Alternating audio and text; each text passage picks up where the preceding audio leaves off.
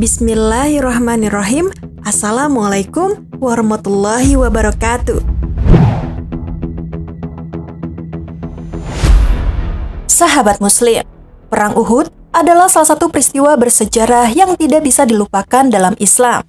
Terjadinya Perang Uhud disebabkan karena kekalahan Quraisy di Perang Badar, dan ini merusak citra mereka di Jazirah Arab di depan para suku-suku Arab, sehingga tidak punya pilihan lain kecuali mengalahkan kaum muslimin. Dan ini juga tergambarkan sumpahnya Abu Sufyan yang pada saat itu setelah meninggalnya tokoh-tokoh Quraisy di Badar. Pada perang ini, umat Islam mengalami kekalahan. Kekalahan tersebut disebabkan karena umat Islam, terkhusus para pasukan pemanah yang tidak disiplin pada perintah Rasulullah SAW. Hal ini berakibat pada pembunuhan paman Rasulullah, yaitu Hamzah bin Abdul Muthalib, serta Rasulullah SAW mendapatkan luka yang cukup parah. Lantas, bagaimanakah kisahnya? Simak terus video ini. Namun sebelum lanjut ke videonya, silahkan tekan tombol subscribe dan tombol lonceng di bawah ini sebagai bentuk dukungan kalian agar channel ini tetap terus menyebarkan informasi seputar Islam. Dan terima kasih untuk yang sudah subscribe.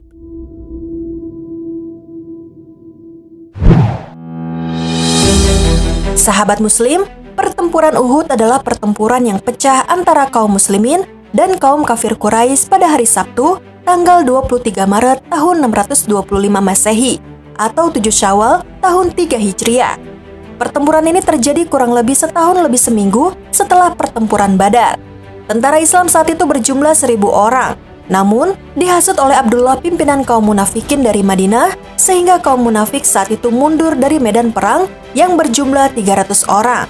Sehingga jumlah tentara kaum muslimin yang saat itu mengikuti perang Uhud berjumlah 700 orang, sedangkan tentara kafir berjumlah 3.000 orang. Tentara Islam dipimpin langsung oleh Rasulullah SAW, sedangkan tentara kafir dipimpin oleh Abu Sufyan. Disebut pertempuran Uhud karena terjadi di dekat Bukit Uhud yang terletak 4 mil dari Masjid Nabawi dan mempunyai ketinggian 1.000 kaki dari permukaan tanah dengan panjang 5 mil.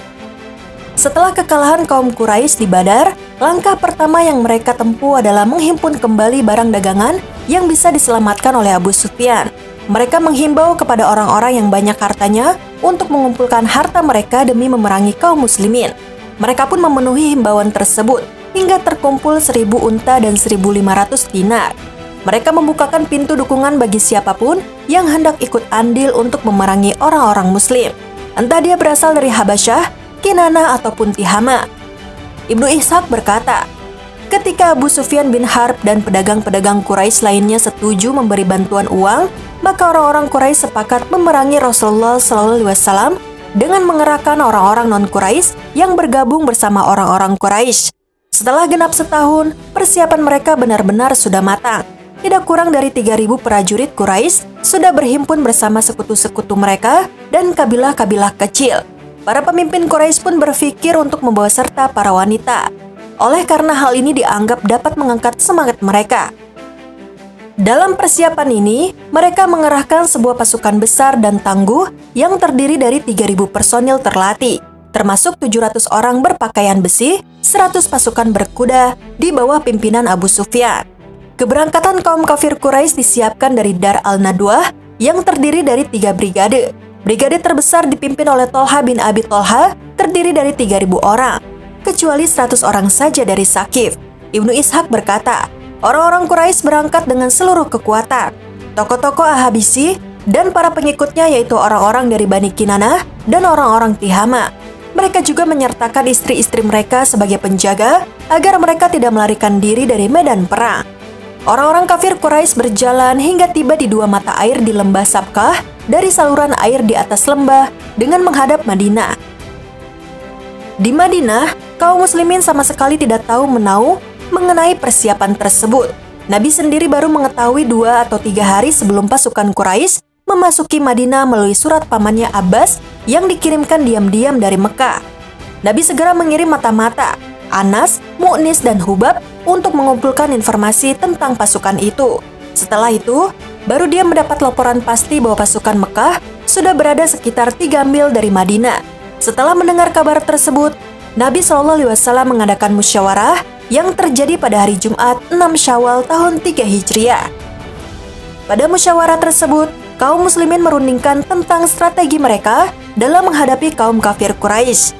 Rasulullah SAW berpendapat akan tetap bertahan dalam kota dan membiarkan kaum kafir Quraisy di luar kota. Apabila mereka mencoba menyerbu kota, penduduk kota akan lebih mampu menangkis dan mengalahkan mereka. Abdullah bin Ubay bin Salul mendukung pendapat itu. Ibnu Ishaq berkata, Rasulullah SAW bersabda kepada para sahabat, "Jika kalian mau, kalian tetap saja di Madinah dan biarkan mereka di tempat mereka singgah. Jika mereka tetap di tempat tersebut menjadi tempat yang paling jelek. Jika mereka masuk kepada kita, maka kita perangi mereka di dalamnya." Pendapat Abdullah bin Ubay bin Salul sama persis dengan pendapat Rasulullah SAW.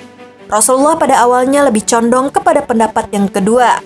Namun karena desakan dari sekelompok kaum muslimin yang tidak ikut dalam perang Badar, maka Rasulullah pun memutuskan untuk keluar kota Madinah. Sekelompok tersebut merupakan kelompok kaum muda yang bersemangat ingin mati sebagai pahlawan syahid. Mereka pun berkata, "Kami selalu memohon kepada Allah dan menunggu-nunggu datangnya hari yang bahagia itu. Sekarang Allah mendatangkan hari itu, tidak beberapa lama lagi." Setelah itu Nabi keluar membawa pasukan berkekuatan 1.000 orang menuju ke pegunungan Uhud. Tapi di tengah perjalanan, sebagian kaum muslimin keluar dari barisan kaum muslimin, sehingga hanya tersisa 700 orang. Di sana Rasulullah SAW membagi tugas pasukannya dan membariskan mereka sebagai persiapan untuk menghadapi pertempuran. Nabi menunjuk satu detasemen yang terdiri dari para pemanah ulung. Komandan detasemen itu diserahkan kepada Abdullah bin Jubair bin Al-Nu'man Al-Ansori Al-Ausi.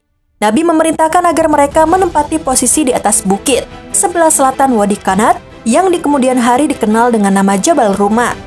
Posisinya kira-kira 150 meter dari posisi pasukan kaum muslimin. Kepada pasukan pemanah, Nabi memerintahkan, "Jagalah pasukan kuda dari kita dengan panah kalian, dan jangan biarkan mereka datang dari garis belakang, meskipun pertempuran milik kita ataupun mereka menunjukkan perlawanan. Jagalah pos kalian, sehingga kita tidak dapat diserang dari arah kalian." Pasukan muslimin di sayap kanan dikomandani Al-Munzir bin Amr, di sayap kiri dikomandani Al-Zubair bin Awam, dan didukung oleh satuan pasukan yang dikomandani Al-Miqdad bin Al-Aswad. Al-Zubair bertugas menghalang pasukan penunggang kuda kaum kafir Quraisy yang dipimpin oleh Khalid bin Walid dan Ikrimah bin Abi Jahal. Di sisi lain, orang-orang kafir Quraisy dalam mengatur pasukannya hanya berdasarkan aturan barisan-barisan. Komandan pasukan tertinggi ada di tangan Abu Sufyan bin Harb yang mengambil posisi di tengah-tengah pasukan. Kavaleri Quraisy di sayap lainnya, sedangkan pejalan kaki dipimpin oleh Safwan bin Umayyah dan para pemanah dipimpin oleh Abdullah bin Rabi'ah. Bendera perang diserahkan kepada beberapa orang dari Bani Abdi Al-Dar. Pembagian ini memang merupakan kedudukan mereka semenjak Bani Abdi Al-Manaf membagi-bagi beberapa kedudukan di Mekah yang diwarisi oleh Qusay bin Kilab. Sebelum berperang, Abu Sufyan sempat mengirim surat kepada orang-orang Ansor yang isinya, "Biarkanlah urusan kami dengan anak paman kami, dan setelah itu kami akan pulang tanpa mengusik kalian, karena tidak ada gunanya kami memerangi kalian." Hal ini dimaksudkan agar kaum muslimin menjadi tercerai-berai. Namun hal ini tak berhasil memecah belah kaum muslimin. Beberapa wanita kaum kafir Quraisy pada saat itu yang dipimpin Hindun binti Utbah tak pernah mengenal lelah untuk terus membakar semangat kaum kafir Quraisy. Mereka tak pernah berhenti berkeliling di antara barisan, menabuh rebana, membangkitkan semangat, mengorbankan tekad berperang dan menggerakkan perasaan untuk bertempur dan maju ke depan. Pada tanggal 7 Syawal tahun ketiga Hijriah, pertempuran Uhud pun berlangsung. Orang yang pertama kali menyulut bara pertempuran adalah pembawa bendera dari kalangan kaum kafir Quraisy, yaitu Tolha bin Abu Tolha Al-Abdari. Dia adalah penunggang kuda Quraisy yang paling pemberani. Dia keluar sambil menunggang unta, mengajak untuk adu tanding. Akhirnya, Al-Zubair maju menghampirinya. Dia maju seperti seekor singa yang menerkam mangsanya, sehingga sebelum Tolha turun dari punggung untanya, Al-Zubair telah menusukkan pedangnya hingga Tolha terjerembab ke tanah. Pada mulanya, pihak Madinah sudah dapat menguasai medan seperti dalam perang Badar. Bahkan, Ali radhiyallahu anhu telah menewaskan sejumlah pemimpin kaum kafir Quraisy yang terkemuka. Demikian pula dalam perang Uhud, sumber tenaga manusia dan persenjataan yang sangat terbatas, mereka dapat mendesak mundur pasukan kafir Quraisy. Tetapi tidak lama kemudian, keadaan tiba-tiba berbalik kepada pihak kafir Quraisy yang pada awalnya sudah terpukul mundur. sekarang kembali lagi maju dan menghantam pasukan muslimin dengan pukulan maut yang gencar. Sekarang giliran bencana itu menimpa kaum muslimin. Sementara pertempuran sengit terjadi antara kaum muslimin dan kaum kafir Quraisy, terdengar kabar bahwa Hamzah bin Abdul Muthalib terbunuh. Padahal sebelumnya, dia bertempur dengan gagah berani, bagaikan singa yang sedang mengamuk. Dia menyusup ke tengah barisan pasukan kaum kafir Quraisy tanpa mengenal rasa takut.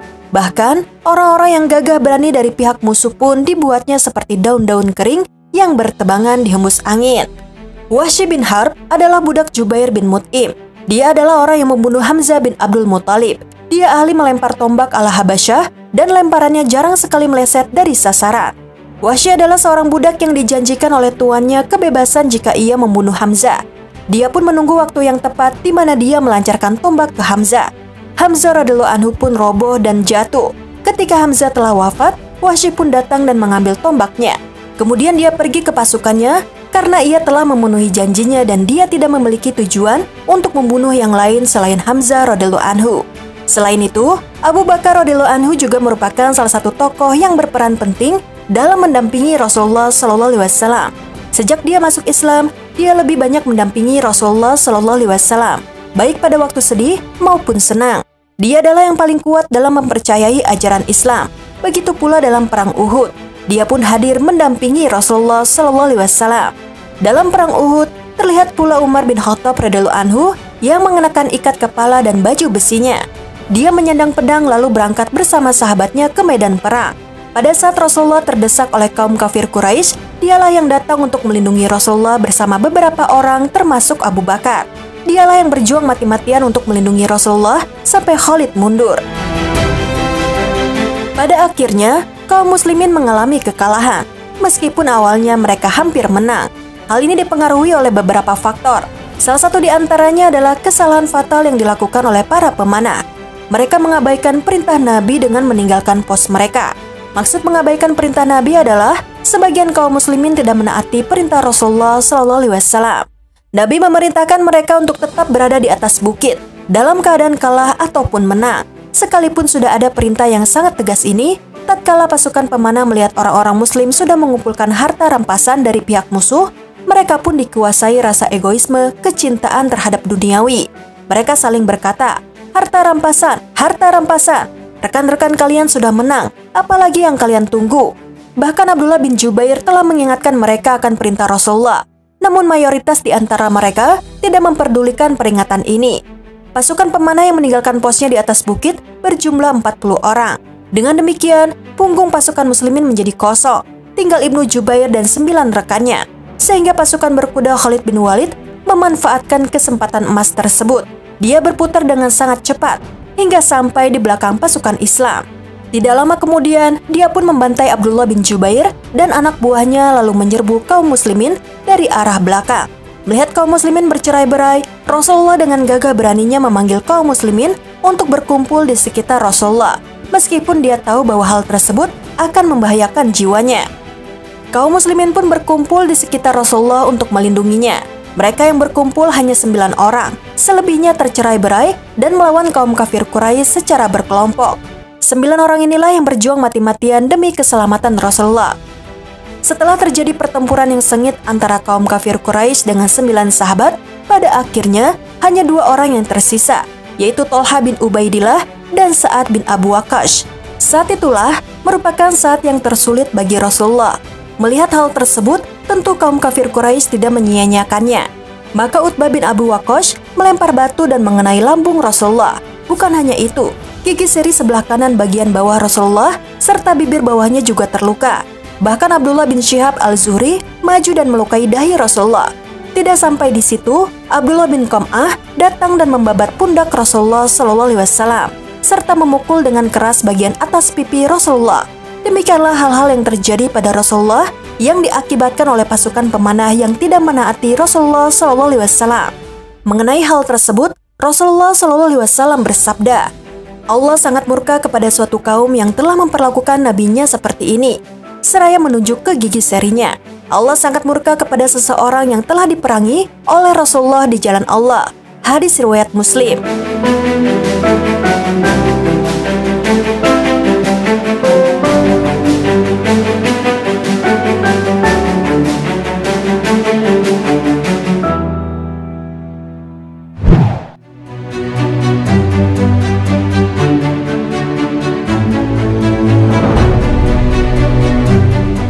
sahabat muslim, demikianlah kisah Perang Uhud yang bersejarah bagi umat Islam.